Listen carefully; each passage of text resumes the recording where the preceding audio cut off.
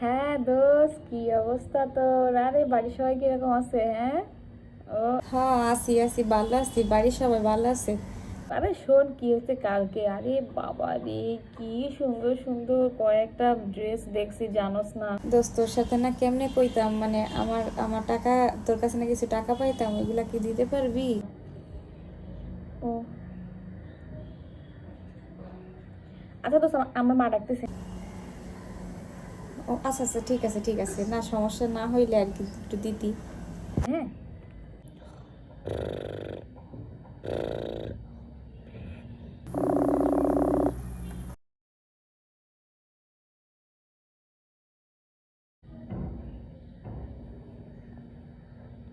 Hello.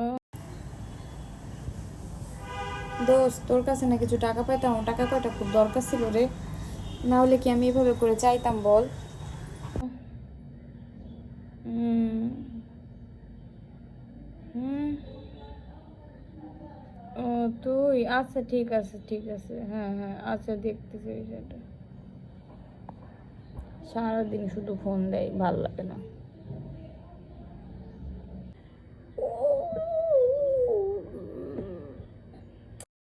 দেখ, আবার call দে।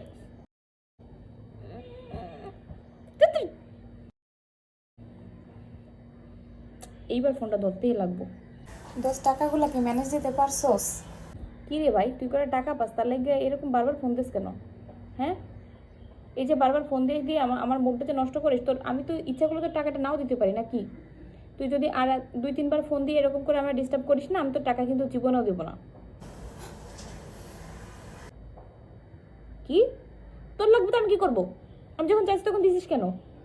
আমি চাইছি তখন তুই দিয়ে দিলি কেন? তুই তো বলতে পারতিস তোর কাছে নাই। আর টাকা দিছিস দিছিস, তাই বলে এরকম বারবার খোটা দেওয়ার কোনো দরকার নাই, ঠিক আছে? উপকার করে শোন, উপকার করে যদি সেটা বারবার মানুষকে বলতে হয়, বারবার যদি এরকমভাবে টাকা চাইতে হয়, তাহলে সেরকম উপকারের কোনো প্রয়োজন হয় না।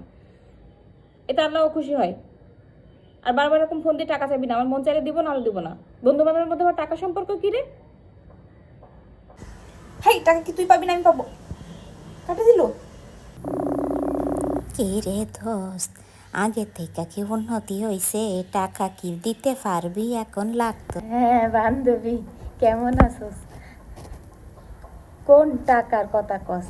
হ্যাঁ, ও তুই কি টাকার কথা এখনো মনে রাখছস? ও আল্লাহ, আমি তো এমনটা ভাবি নাই তোর সাথে আমার টাকার সম্পর্ক ছিল। তুই এমনও আমারে ফোন দিছিস টাকার লেগে, আমি ভাবছি আমারে কতদিন না দেখে তোর মিস করতেছস। সি সি সি, মইরাও শান্তি পাবো না।